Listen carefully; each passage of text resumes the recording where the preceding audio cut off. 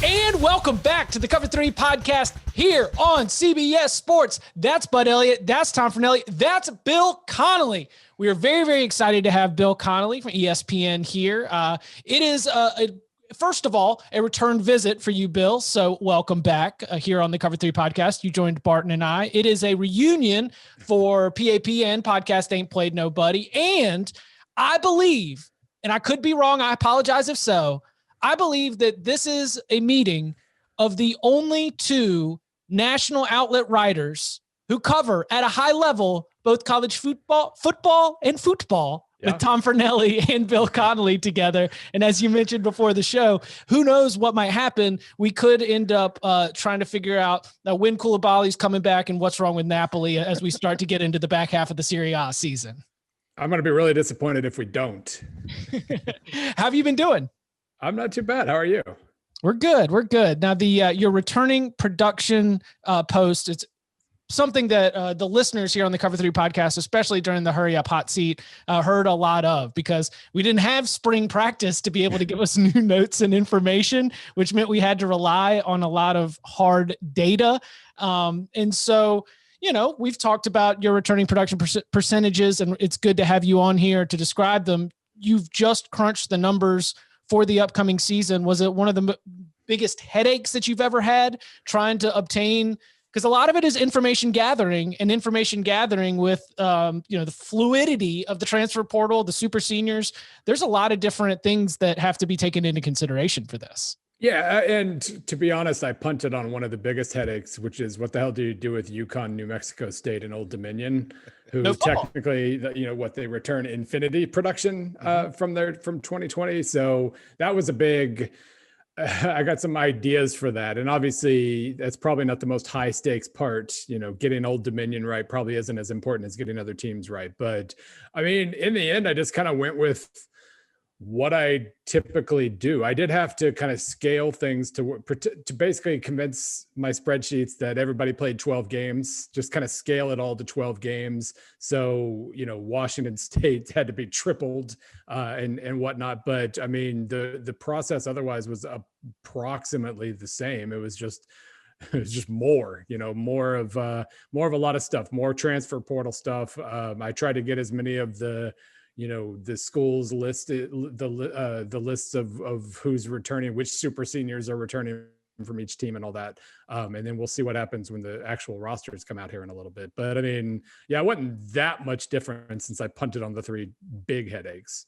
Is there any part of you that's worried about the validity of your rankings, considering you're leaving out the defending New York Times champion UConn Huskies?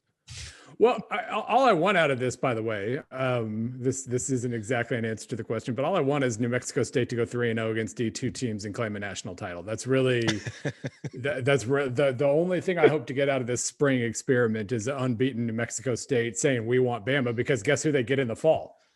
Bama. It'd be a long-awaited matchup of national champions. So, Bill, I know the answer to this, but for our audience at home, why returning production as opposed to just returning starters, right? Like I'm 35. For 20 years of my life, I would just take a look and say, okay, how many starters they have come back? All right, cool. And it's still like an easy soundbite.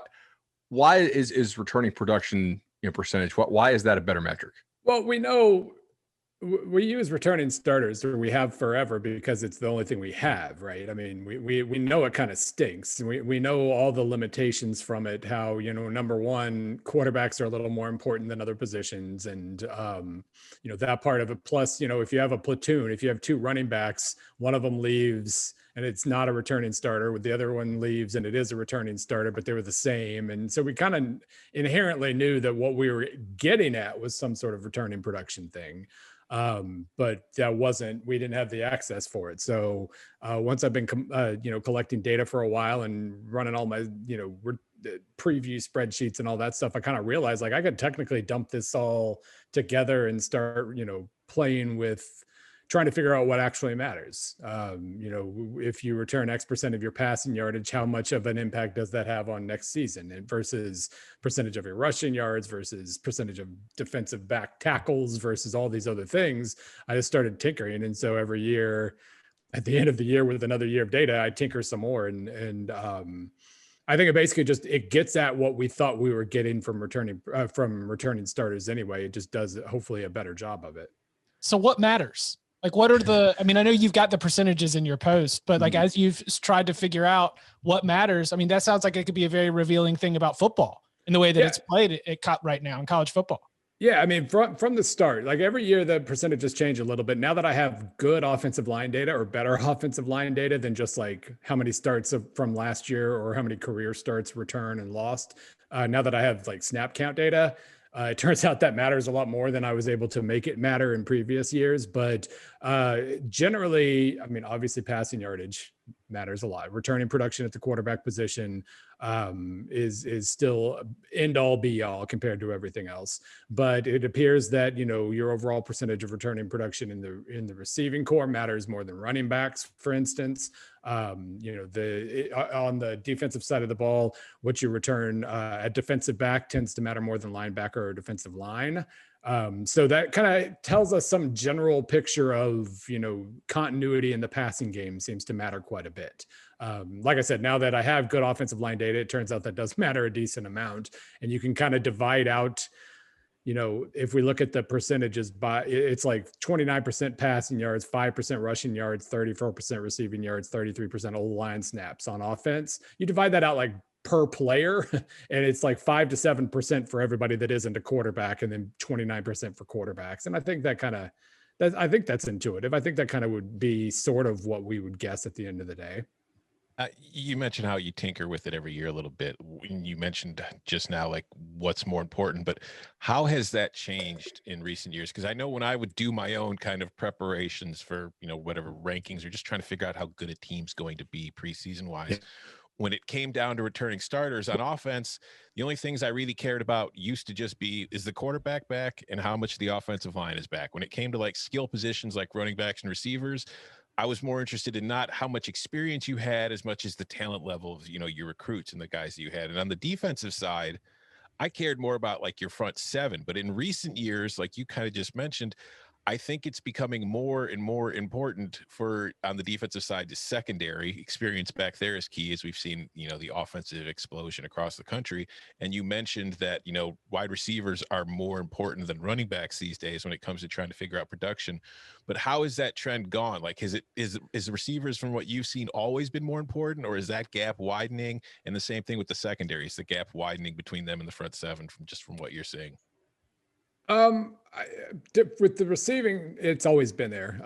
You know, and I think with on the defensive side, I think it's evened out a little bit. I think when I first started running projections, especially when I didn't have good O-line data, so they were only like 10% of the offensive equation, it was quarterback, receiving core, DBs way ahead of everybody else.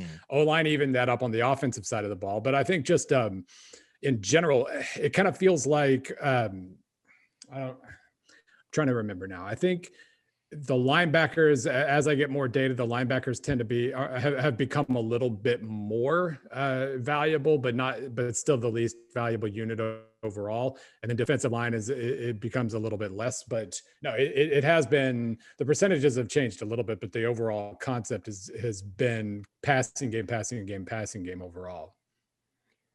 So Bill, I'm scanning your article on ESPN. We have more than 25 teams that return 80% of their production. I've got to think that I don't have last year's in front of me, but A, that intuitively seems like a lot. And B, if it is a lot, how much of that is related to the fact that we get these kind of bonus year COVID super seniors? We don't have an official term for this, by the way. I had to write a piece on that today, and it was like, what do I call these guys? Like COVID bonus year seniors? But how much schools seem to be jumping on super seniors? Okay, super because it sounds good. It does. A COVID senior, you don't want to be associated with yeah, like your old president. That's the reason. I totally understand. Super seniors, I can rock with that. Sounds like a Marvel character, so it works That's better. Right.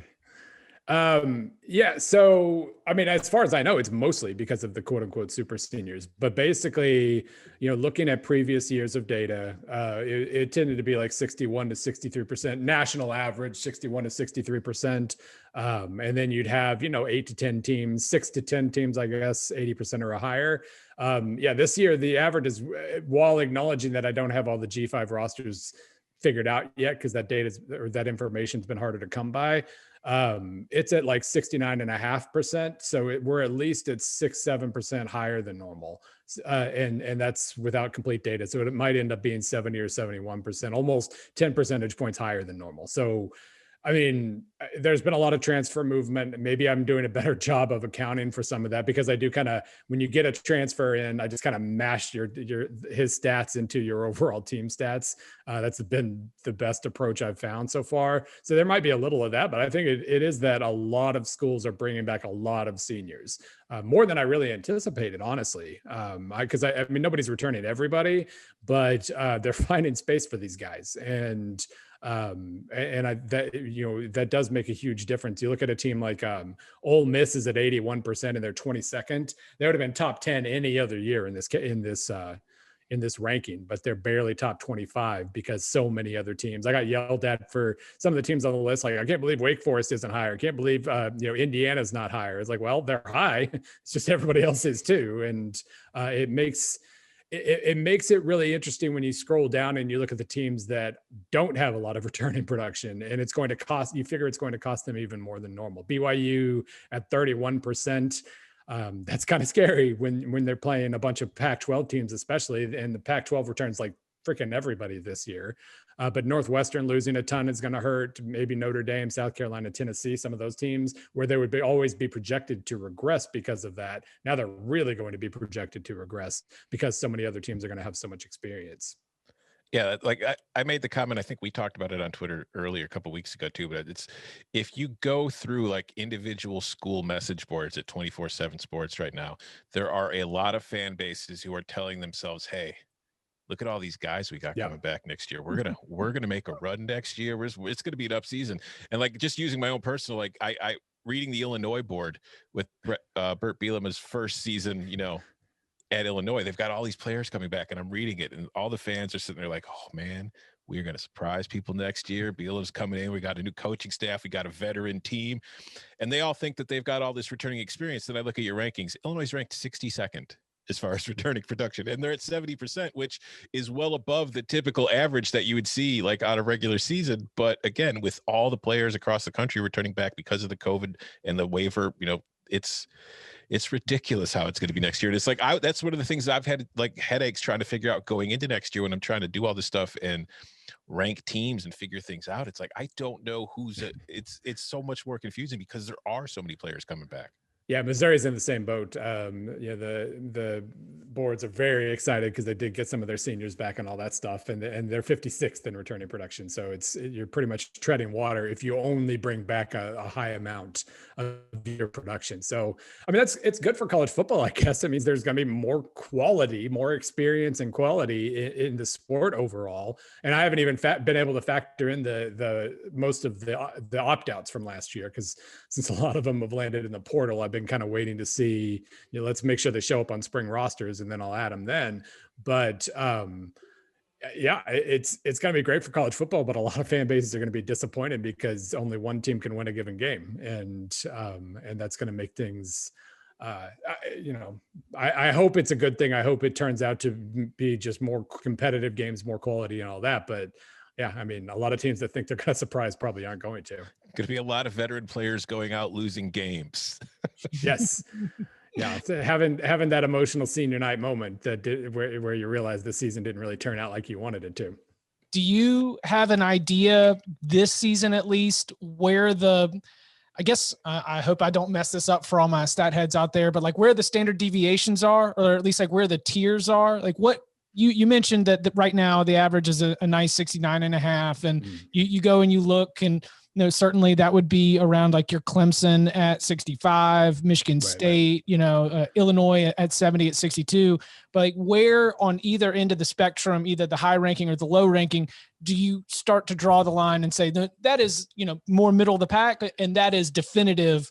That's a lot of production coming back, or a little amount of production coming back. Yeah, there will be a lot of middle of the pack. The middle of the pack is going to be really big, but without giving away, like I'm still watching the transfer portal right up until the moment we actually post the SP Plus projections this week.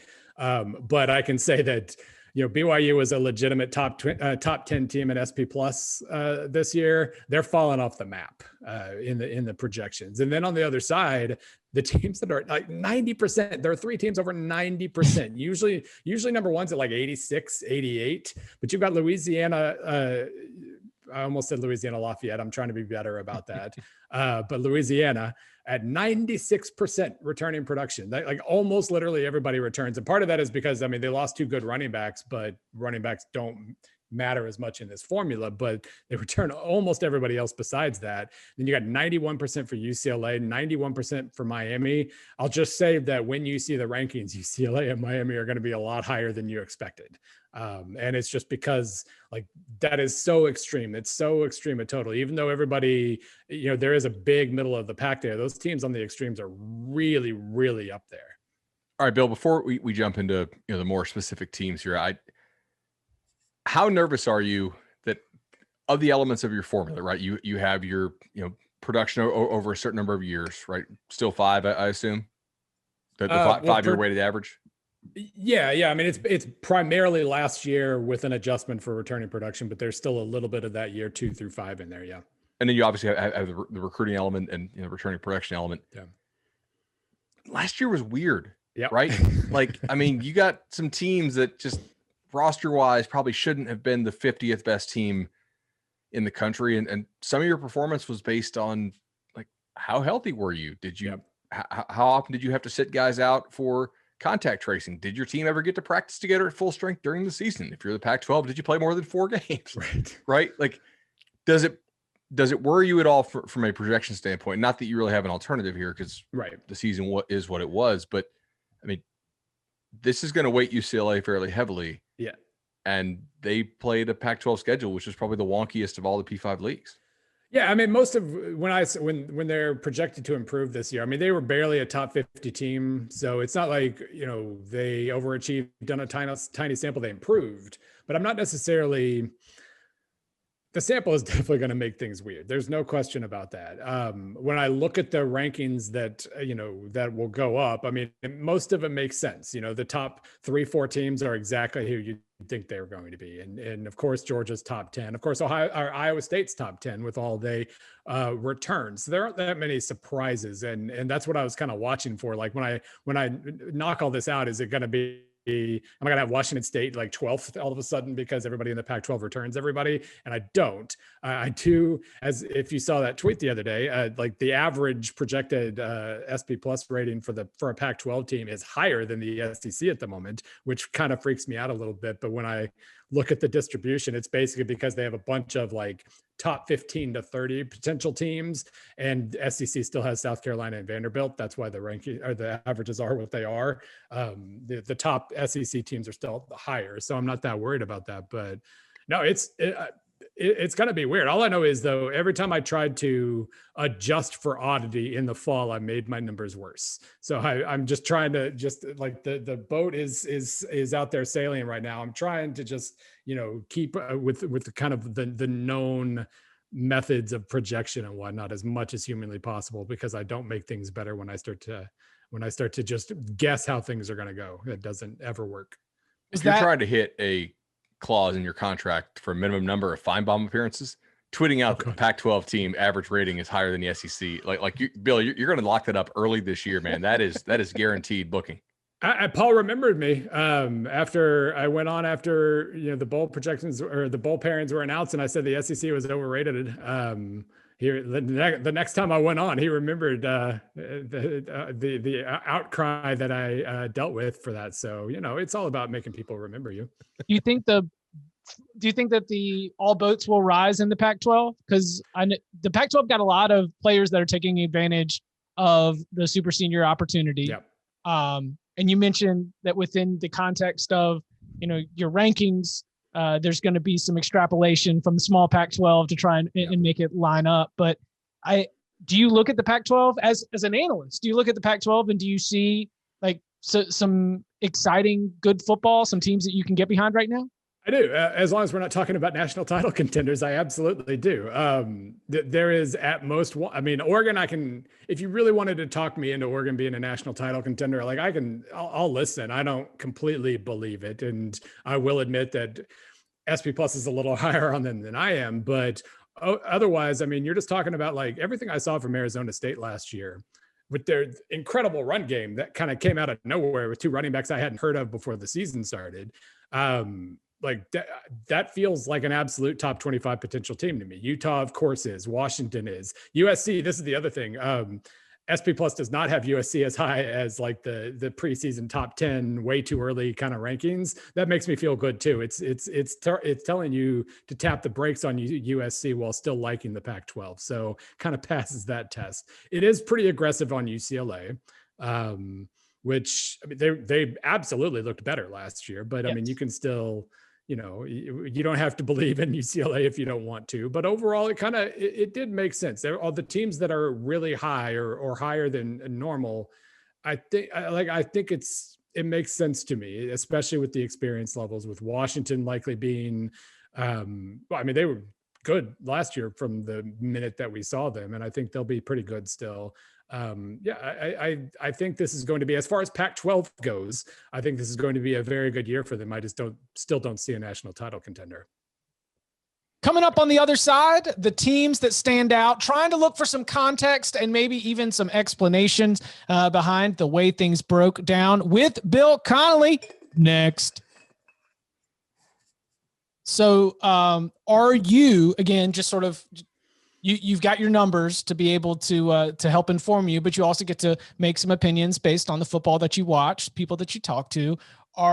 What is the ceiling for you driving Iowa State hype next season? Like, are you going to take this all the way to making a college football playoff prediction? Will you dare call them like the anti blue chip foil that's here for the national championship conversation? Sort of where's your floor and ceiling for your Iowa State expectations and preseason prognostication?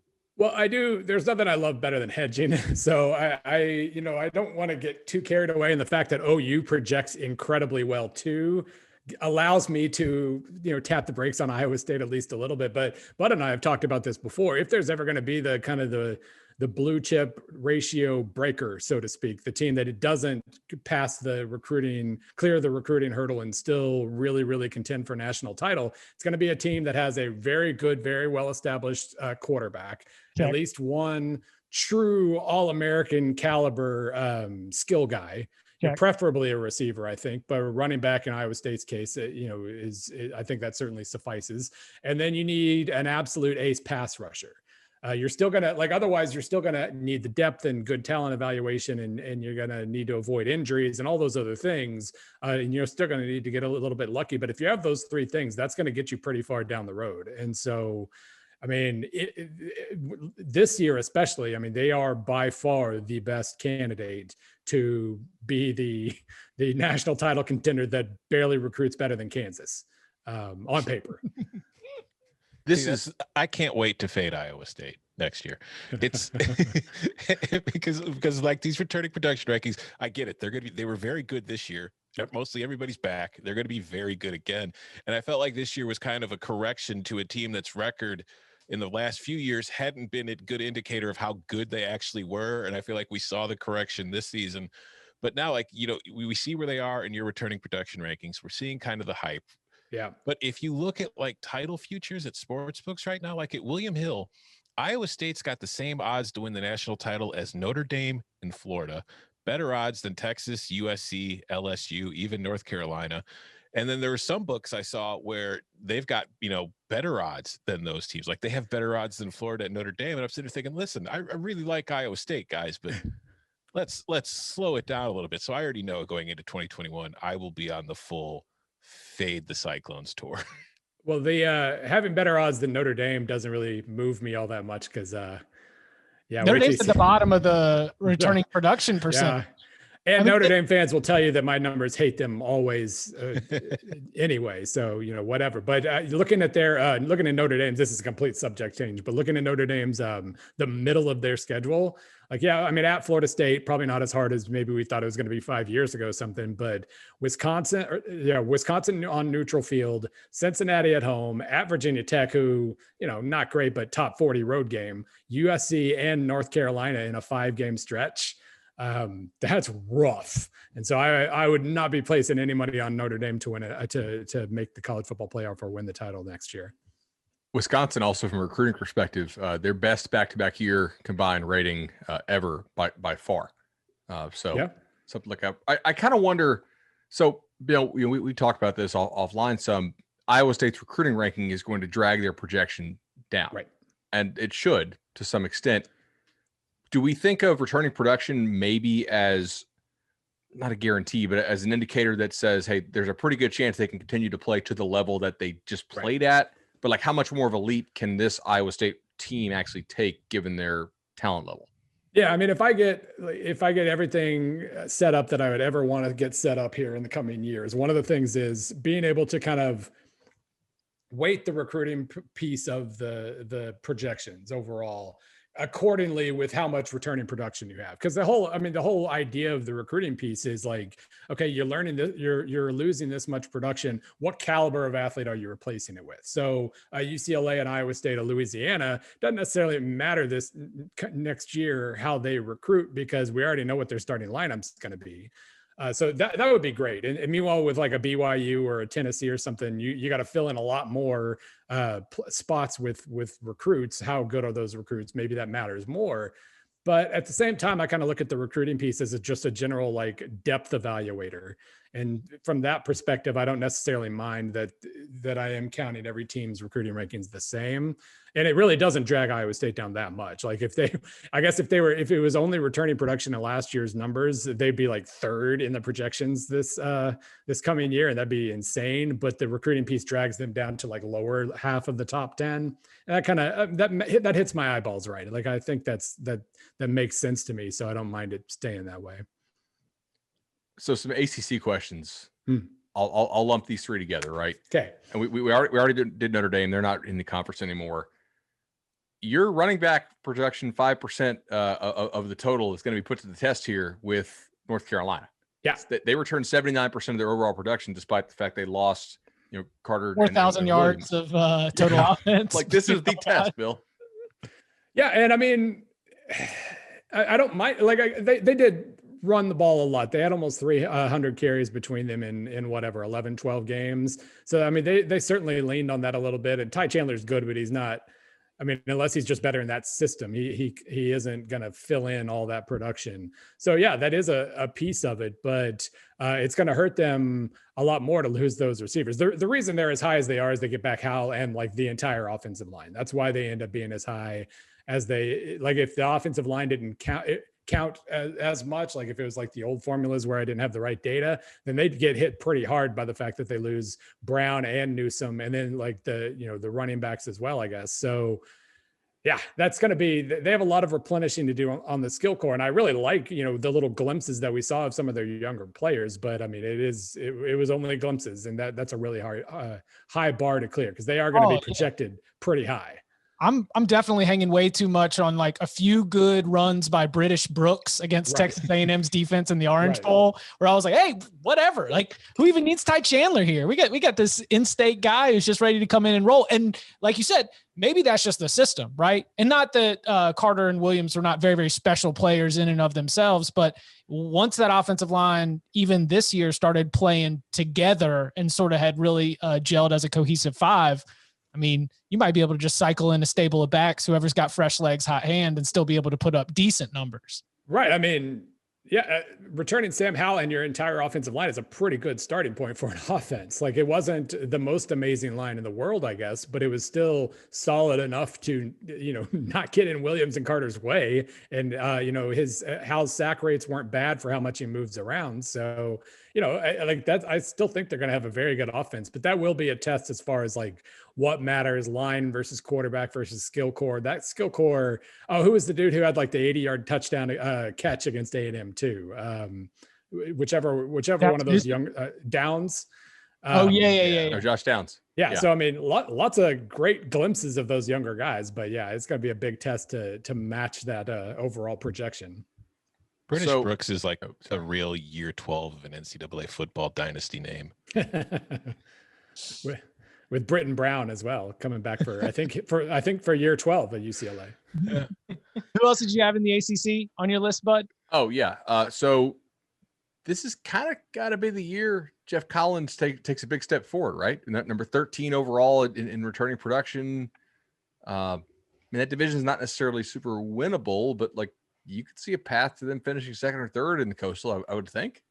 Yeah, I mean, they're top 50. The spoiler, they'll be about 50-ish in SP Plus. So they are projected to. They improved a little bit. They'll be projected to improve again because they were hilariously young in 2019 and somehow barely more experienced in 2020 with all the new recruits in there. So, yeah, I mean, if he's got, you figure, if it's an extreme rebuild, it'll take you 4 or 5 years sometimes. But you figure if he's got a breakthrough in him, we're at least going to get a glimpse of it, a couple glimpses of it at least this coming year. They start with like NIU and Kennesaw State, which of course, Kennesaw State, not a gimme necessarily. Hello, Jason Kirk. But, after that, they still have Clemson. They still have North Carolina. They still have Georgia.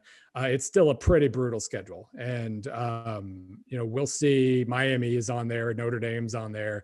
It's still going to be really hard for them to put together a good year. But if they can at least win the semi-winnable games and get up to 5-7, maybe, it's hard for me to predict more than that. But I think that's at least on the table.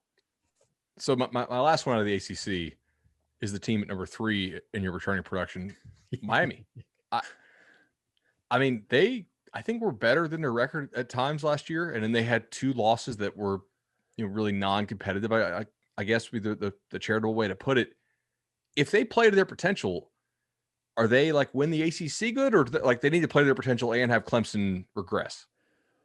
Yeah, I mean, it would certainly help if Clemson regressed.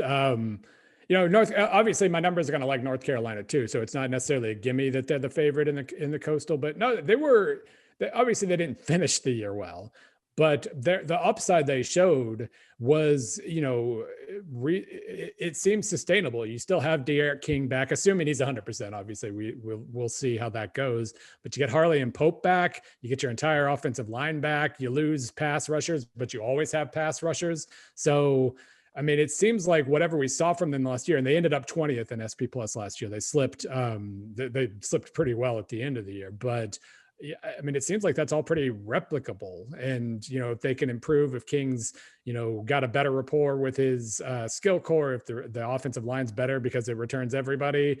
I mean, another spoiler, they're high in SP Plus. They're higher than I would prefer when you see the actual projections, but that kind of does seem like a top 15 team at the very least. And so usually that's good enough to win the Coastal, especially if it's overestimating what North Carolina has to offer. See, that Clemson regression thing is really interesting because there's a little number for Clemson offensively, which certainly takes into consideration the loss of, former ACC Player of the Year, 2 times over Travis Etienne, and ACC Player of the Year, Trevor Lawrence, generational talent at quarterback, number 118. But there's another number for Clemson, and it's on the defensive side of the ball, where Brent Venables has 92% returning production on the defensive side of the ball. Like, I don't know about Clemson regression. Like it seems as though that 92% part of the equation, and again, overall, a very nice 69% right there at number 65 in the country, like smack dab in the middle of the data set. But that 92% feels like it provides a very, very, very high floor for like whatever happens with the reloaded offense without Trevor Lawrence. Yeah. I mean, what you tend to see from these returning productions list is like, Alabama always ranks low because of course they do. They always lose, half their starters to the pros, and then the next guys are just as good. Ohio State 55%, I think. Yeah. Right. Yeah. 55% this year. Yeah. And Ohio State's low. They're fine, but Clemson, the fact that they are ranking in the middle of the pack in terms of returning production among the good teams, I think only Oklahoma, well, I guess if we're counting Oregon's up there too, but, Oklahoma kind of kills the returning production equation as well. But Clemson's as high as just about anybody in that elite list. And that's usually a good sign. Like Alabama, was of course going to start out, but like, I mean, it's not even a spoiler to say that Alabama is going to start out first in SP plus. They finished last year like 7 points ahead of everybody else in the country. So, unless they lost every single starter, they were going to be number 1 to start the year. But I mean, you have to feel pretty good if you're Clemson about what you return, about, if there's any sort of slowdown on offense with everything Alabama loses, you have to feel very good about where you are. And I mean, I guess Clemson's probably felt very good about where they are for a while. So I guess that's not really a change in any kind. You mentioned Ohio State's ranking. I was going to ask you something too, what you thought, like just as far as the Big Ten, because if we look at your returning production ranks, the 2 teams that played in the Big Ten championship are in the bottom 10 as far as returning production, because Ohio State's at 121st with 50%. Northwestern, out of the 127 teams in the list, is 126th with 34%. And as you alluded to earlier, it's much different for Ohio State to replace 50% of its production than it is for Northwestern to replace 66. So I feel like Ohio State, like you kind of just said, they're probably going to be fine, but you think it's pretty fair to say that Northwestern probably not going to win the West next year, particularly when you look back towards the top of the rankings and you see Wisconsin's up there, you see Minnesota's up there.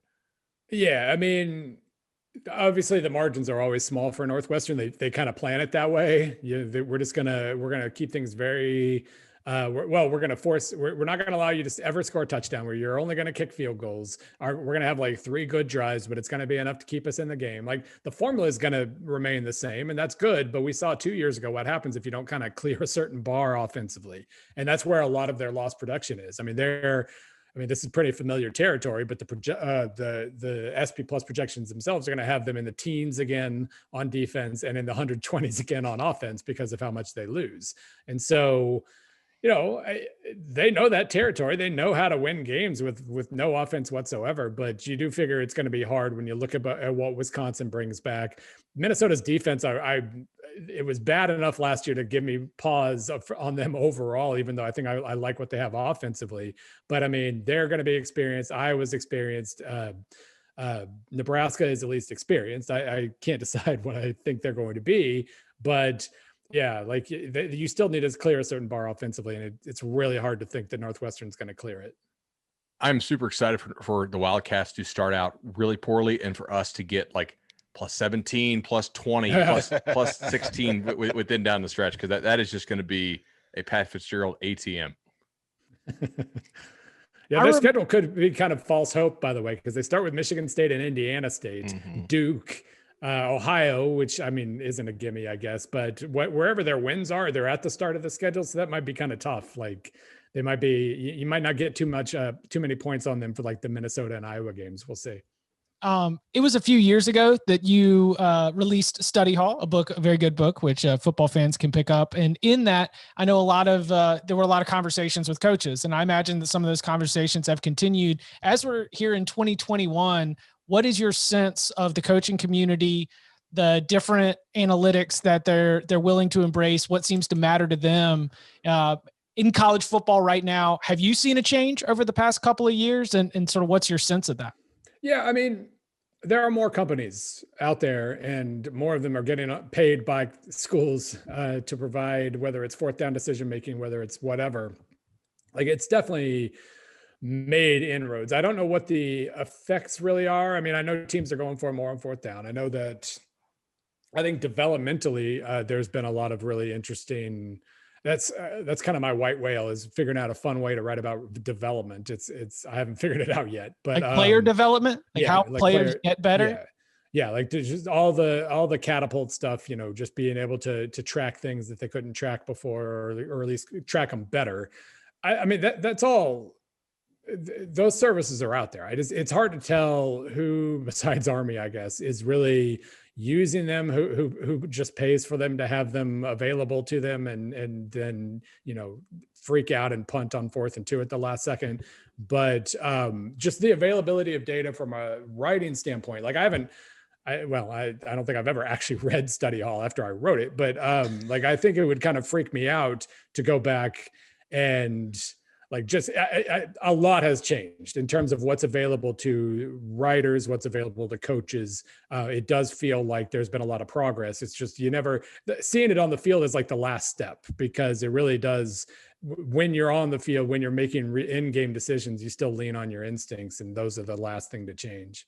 What's the catapult stuff? Is that the player tracker? Yeah, the GPS stuff, just being able to monitor heart rate and sleep patterns and whatever else. That's not just catapult, but just going down that road of monitoring all that stuff. All the stuff that's creating lots of privacy concerns at the moment in terms of what we should be tracking and all that. But yeah, that's certainly gone a long way in the last 5, 6, 7 years. All right, Bill, we're going to do an episode on this coming up. What is the one rule that you would change, either on the field, off the field? It's simply regulation, whatever. Is there one rule in college football that really bugs you that you think either is unfair or makes the game not as exciting or not as enjoyable as it could be? What would you do if you had one shot at it?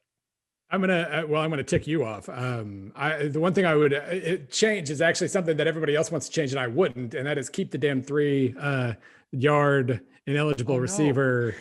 Let those RPOs get a little wilder at college level. That seems to be a lot of people. Most people don't think that, and I'm refusing to budge. I want my football as offense friendly as possible. So that's a non-change that I would like. All right. Well, this was a good interview. Thanks for coming on, Bill.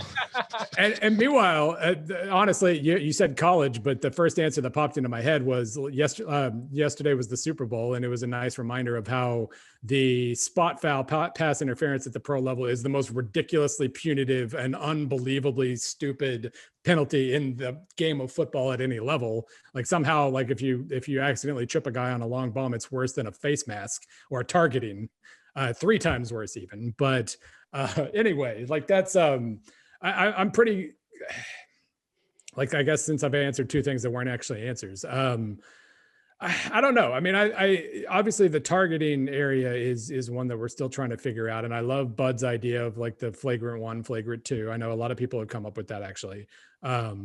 Like being able to kind of discern now as we go along, like you don't have to, this was clearly accidental. We don't have to eject you for this. That seems like a pretty logical step. I don't know why we took that away from the face mask penalty. Bringing that back would be lovely too. But that seems to be one area where I don't really know why we haven't made more progress in that regard. See, my only concern with that, and like I think logically it's the smart way to go, but my concern is now you're making the ref make another decision. Like, you know what I mean? Like, well, each ref is going to have a different definition of what was excessive and what wasn't, and that's going to lead to just more anger.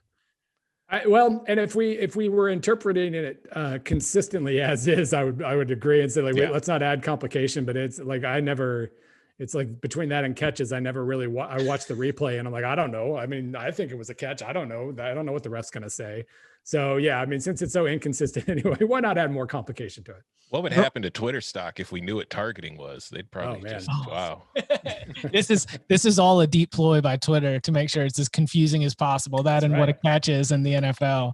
Now I'd be cool with leaving the 3 yards as is, but only when we have teams that have averaged a top 25 recruiting class over a 5-year period. Like we can't let these 6'5", 330-pound offensive linemen come blast your under-recruited, overdeveloped 3-star safety to just like open things up in the middle of the field and turn an easy pass into a touchdown. Well, and honestly, my biggest problem with that rule in general is like we don't have a ref stationed 3 yards downfield. Right. Like that's, it becomes impossible to actually interpret because you're not lined up right for it. But again, I'm all for offense still, especially since defenses are, I think, making a little bit of progress with the non-Alabamas of the world. We need to make sure we still have our random shootouts. I just worry that teams will start doing what Arkansas does, right? Which is we're just going to drop 8 every play, to these teams that are so RPO and pass heavy and but like then you don't give up any explosive plays and the game becomes just a million 6-yard passes. Not to that extreme, obviously. Like Leach is getting excited. Yeah, right. Now, what if we made it reviewable or more punitive and instead of just like instead of replay the down, what if you lose the down? 10 yards and you lose it down. We'll keep the 3 yards, but if you actually exceeded, if you're blocking my safety who's in the box, at 6 yards depth, then let's have you lose the day. I don't know. Just I do like offense. That does remind me of another one I would like to change. The offensive pass interference, where it's like a pick and it's basically an illegal block, but it's 15 yards. That one frustrates me a little bit because that's another one where like now it's 1st and 25, drives over, and it was just like it was an illegal block. It was a 5 or 10 yard penalty, not 1st and 25. The old the fights break out over what to call it in the coaches' room of the national championship game, where half the room calls it a pick play. They call it a rub route on the other side of the table. Yeah, 100%. All right, so when are the SP Plus new rankings come out? We're recording here on Monday afternoon. Sounds like it's coming this week. When should the people keep their eyes out for it? Not sure. I think tomorrow. I'm pretty sure tomorrow. I think we were still trying to figure out the best like placement for it in the schedule, but I think Tuesday. We'll see. You see Chip almost through the end in there. Yeah, caught himself. Mm-hmm. I'm like the only one who hasn't had a problem with that. I like everybody. I still. They're your rankings. You figured it out first. Like it was an immediate change. Maybe it was the fear involved. Like I can't ever say the ampersand. Like I'll get in trouble. So yeah, we didn't get cease and desist letters. So like it takes us a little bit longer. Right. Like so. Like for me, like it was pretty easy. But I guess for others, SP Plus, SP Plus, SP Plus, SP Plus, and you can find them. Plus. Yes. Yeah, you can find the new Plus rankings on ESPN.com. You can follow him on Twitter at ESPN_Bill C. You can follow him at Bud Elliott 3. You can follow him at Tom Connelly. You can follow me at Chip_Patterson. Gentlemen, thank you very much. Follow us on Spotify. You can follow us on Spotify. You can hit our Spotify numbers for the month. Follow and stream on Spotify. Thank you very much.